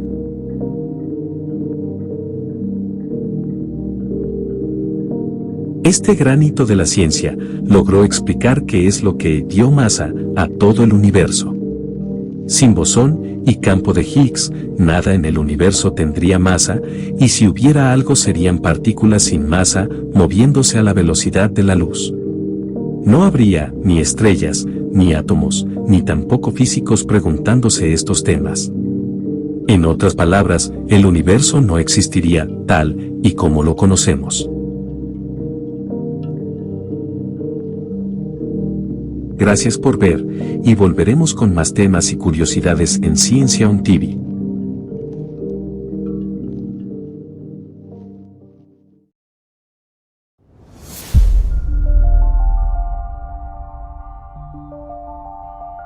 Los mayores descubrimientos de la ciencia siempre han suscitado vivas polémicas. La famosa teoría de la evolución constituyó un decisivo acontecimiento en la historia y provocó encendidas disputas que aún continúan en la actualidad. A principios del siglo XIX, todavía dominaba la teoría del fijismo, una teoría donde las especies permanecían básicamente invariables o inmutables desde la creación. No había evolución de ningún tipo. Desde entonces, la primera aproximación hacia una teoría evolutiva de las especies se presenta en 1809 por el francés Jean-Baptiste Lamarck, desafiando así la idea primitiva y creacionista del fijismo. La teoría evolutiva de Lamarck sostenía que las especies cambian a lo largo del tiempo y que el cambio de las especies es gradual, yendo de formas simples a más complejas. Según Lamarck, todos los organismos tienen un impulso interior que les lleva a la complejidad y a la perfección. Evolucionan por acción de los cambios del medio ambiente que los rodean y que provocan nuevas necesidades que hacen que los individuos se vean obligados a usar un mayor número de órganos o dejando de utilizar otros. De esta forma, se producían alteraciones en la pérdida o desarrollo de órganos que causaban cambios en las especies, cambios que se mantenían y se transmitían a la descendencia. El 24 de noviembre de 1859 se publica El origen de las especies, un libro que asentó las bases en torno a los conceptos básicos de la biología, de la antropología física y al de la propia teoría de la evolución. El naturalista inglés Charles Darwin era su autor, y en él explicó su hipótesis de cómo las especies de seres vivos evolucionan y de cómo la selección natural y la presión selectiva empujan dicho cambio. Su pionero trabajo fue considerado altamente controvertido porque contradecía el relato bíblico de la creación, muy extendido hasta aquella época. En su obra El origen de las especies, plasmó sus ideas sobre la evolución, basadas en dos conceptos: la variabilidad de la descendencia y la selección natural. Darwin propuso que las especies cambian con el tiempo, que las nuevas provienen de especies preexistentes y que todas las especies comparten un ancestro común. En este modelo evolutivo, cada especie tiene su propio conjunto de diferencias genéticas en relación con su ancestro común, las cuales se han acumulado gradualmente durante periodos de tiempos muy largos. El mecanismo que Darwin propuso para la evolución se basaba en la selección natural, donde los organismos con rasgos genéticos que favorezcan la supervivencia y la reproducción tenderán a dejar una mayor descendencia que sus pares, lo que hace que la frecuencia de esas características aumente a lo largo de varias generaciones. Para ser justos, debemos nombrar al también naturalista Alfred Wallace, que planteó las mismas conclusiones sobre la evolución, aunque fue Darwin el que logró aportar pruebas. Más tarde, sin embargo, avances científicos en campos como la genética de poblaciones, la genética molecular o la ecología llevaron a revisar algunos de sus postulados, como por ejemplo llegar a entender cuál era el motor de la evolución. Las nuevas ideas llegaron y se desarrollaron a partir de la década de 1920, donde contribuyeron a configurar la llamada teoría sintética o también conocida como neodarwinismo. A mediados del siglo XX, un hito importante en la configuración de la teoría de la evolución tuvo lugar con el diseño de Watson y Crick en 1953 del modelo doble hélice de la molécula de ADN. El ADN es la molécula donde se encuentra codificada la información genética de cada ser vivo. El gen, como unidad que conserva datos genéticos, se encarga de transmitir la herencia a los descendientes. El conjunto de genes pertenecientes a una misma especie se define como genoma. En el paradigma actual, cada gen se corresponde con una característica morfológica del organismo, por ejemplo, el color de alguna parte del cuerpo como el pelo o los ojos. En la teoría sintética o neodarwinismo, la interrelación de la mutación, la recombinación genética del ADN, la deriva genética, la migración y la selección natural eran los factores que daban pie a los cambios evolutivos en los seres vivos. Sobre esta variabilidad actúa la selección natural, eliminando los genotipos con bajo valor adaptativo y permitiendo la supervivencia de aquellos individuos cuyos genes proporcionan una mayor adaptación al medio. Este mayor entendimiento del genoma, de las mutaciones genéticas y del ADN, a lo largo de las últimas décadas, han ayudado a desarrollar y asimilar una mejor teoría evolutiva de las especies. La teoría de la evolución continúa teniendo grandes retos que resolver. Aún no sabemos cómo se originó la vida, ni cómo se pasó de la célula procariota a la eucariota. Pero 150 años después de su propuesta, la teoría de Darwin se ha convertido en el gran pilar de las ciencias. En biología, no hay nada que tenga sentido si no es a la luz de la teoría de la evolución. Gracias por ver, y volveremos con más temas en Ciencia On TV.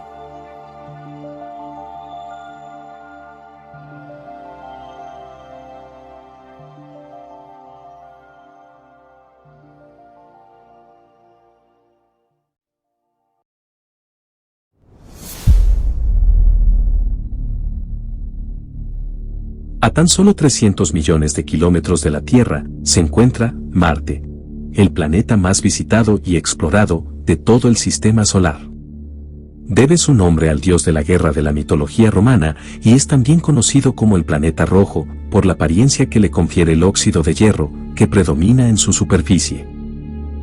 Fue uno de los primeros planetas en ser observado a través del telescopio y desde mediados del siglo XIX se comenzó a especular sobre una posible existencia de vida extraterrestre. Las sondas espaciales Mars 1 y 2 fueron los primeros intentos soviéticos por dirigirse a Marte, el 10 de octubre de 1960.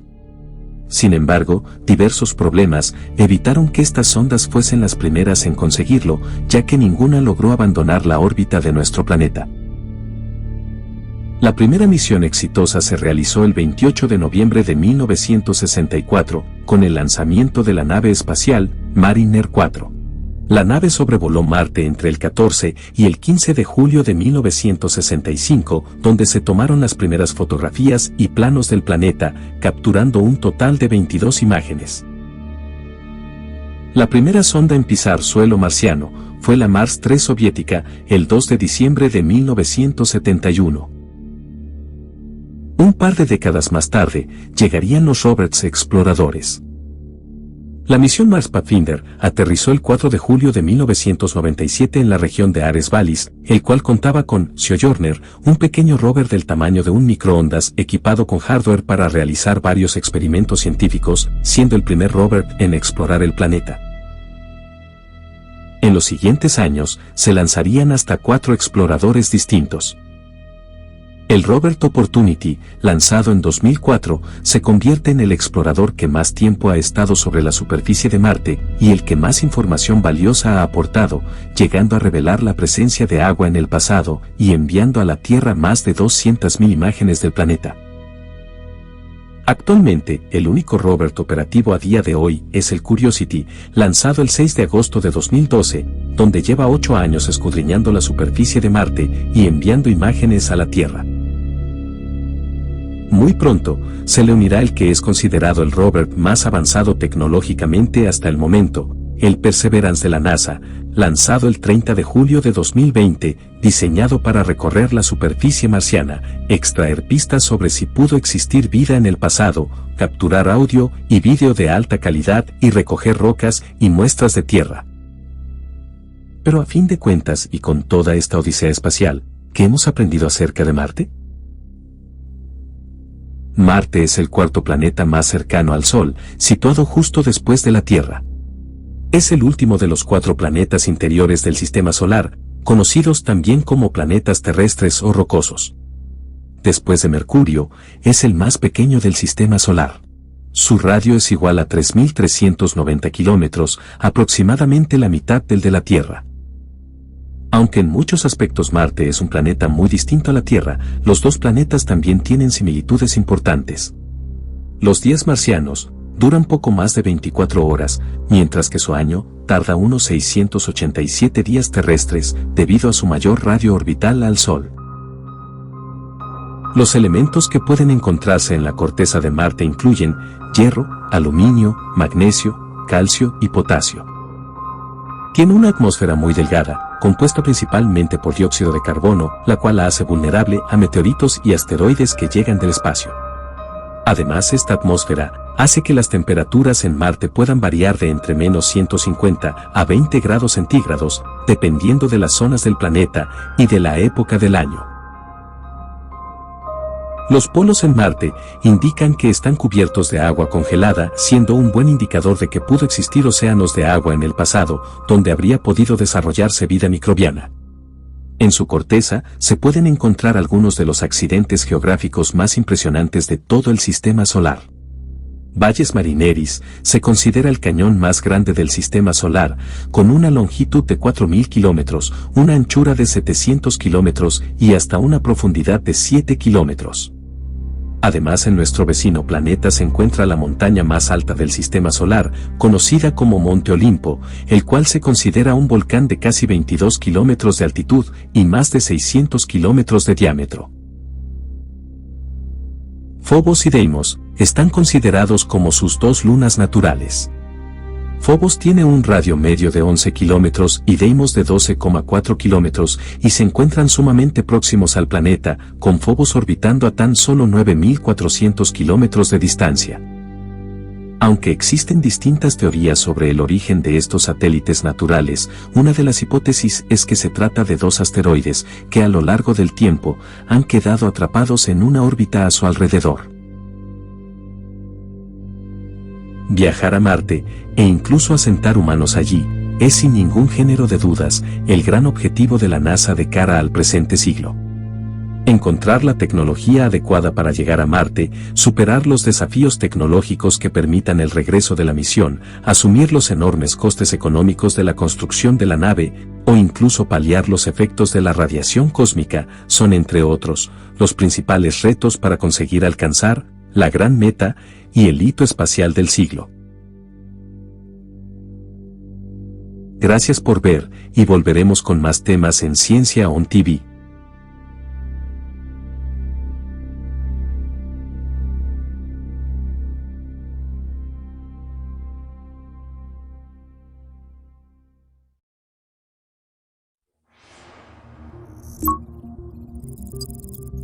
El agua es el elemento natural que hace de la Tierra un planeta habitable y que permitió la aparición de la vida. Ocupa 3/4 partes del planeta Tierra. Es una sustancia imprescindible y fundamental para el desarrollo y supervivencia de todos los organismos vivos de nuestro planeta. Después del aire, es el principal recurso natural más importante del medio ambiente. En los seres humanos, el agua ayudó profundamente al desarrollo como civilización en relación con la agricultura, o por ejemplo, ayudando a expandir el comercio mediante rutas marítimas. A nivel biológico, el cuerpo humano tiene un 75% de agua al nacer y cerca del 60% en la edad adulta. En nuestro planeta existen organismos que pueden vivir sin luz, incluso sin oxígeno, pero ninguno puede sobrevivir sin agua. Un ser humano podría vivir bastantes días sin comer, pero sin agua, solo de 2 a 5 días. Pero científicamente hablando, ¿qué es el agua? Hasta 1782 se pensaba en el agua como en un solo elemento. Fue en ese mismo año cuando Henry Cavendish descubrió que el agua es una sustancia cuyas moléculas están compuestas por un átomo de oxígeno y 2 de hidrógeno. Es un líquido inodoro, insípido e incoloro. Además de ser una sustancia líquida, puede transformarse en sólido y también en gaseoso. El agua en forma líquida ocupa un 70% de la superficie terrestre. De ella, alrededor del 96% es el agua salada que componen los océanos. Del resto, cerca del 69% está congelada en los polos y entre un 1% y un 4% corresponde al vapor de agua de la atmósfera. En su aspecto sólido se encuentra en los polos y también en lagos y ríos que al congelarse se transforma en hielo. Mientras que su forma gaseosa se presenta como vapor en la atmósfera. El agua es además un excelente conductor de la electricidad y del calor. El ciclo del agua, o ciclo hidrológico, es uno de los procesos bioquímicos más importantes del planeta. El agua sufre una serie de transformaciones y desplazamientos en los que va pasando por sus 3 estados. Este ciclo se compone de varias etapas que se desarrollan de forma sucesiva y simultánea, y se repiten y compenetran con otras. En primer lugar tenemos la evaporación, que se produce cuando el sol calienta el agua de los océanos y del resto de superficies acuáticas. Se produce así la evaporación, y el aire se carga de humedad. La condensación se produce cuando las moléculas de agua reducen su movilidad y se unen sobre partículas sólidas suspendidas en el aire. Se produce la condensación al enfriarse el agua, formando de esta forma las nubes. Y después está la precipitación. Según se enfrían y condensan las gotas, crecen de tamaño y acaban cayendo debido a su peso, produciéndose las lluvias. Todos los seres vivos del planeta provenimos del mar, y el ciclo del agua garantiza nuestra supervivencia. El agua es imprescindible para sostener la biodiversidad, ya que su escasez es sinónimo de pérdida de especies y ecosistemas. Y es también un elemento clave frente al cambio climático. El calentamiento global provoca aumentos de sequías, lluvias torrenciales e inundaciones que producen cambios en los ecosistemas, así como la desaparición de fauna y flora. Tenemos que aprender a gestionar y proteger el agua. No es un mero producto de consumo, sino un precioso recurso natural tan esencial para las generaciones futuras como para la nuestra. Sin agua, no puede haber vida. Gracias, y nos vemos con más temas en Ciencia On TV.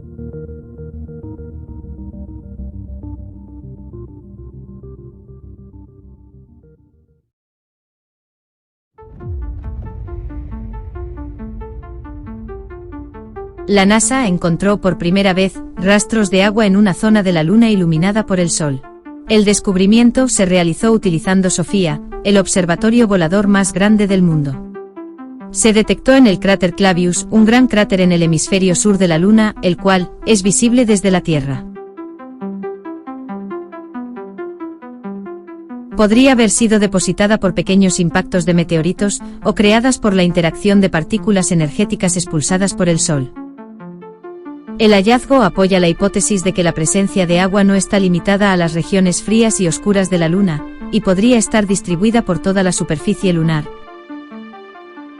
Aprender más sobre el agua en la Luna puede respaldar la exploración espacial a largo plazo. Bajo el programa Artemis, las observaciones de seguimiento de SOFIA ayudarán a los científicos a investigar cómo se crea y almacena el agua en nuestro satélite. Gracias por ver, y volveremos con más temas y noticias en Ciencia On TV.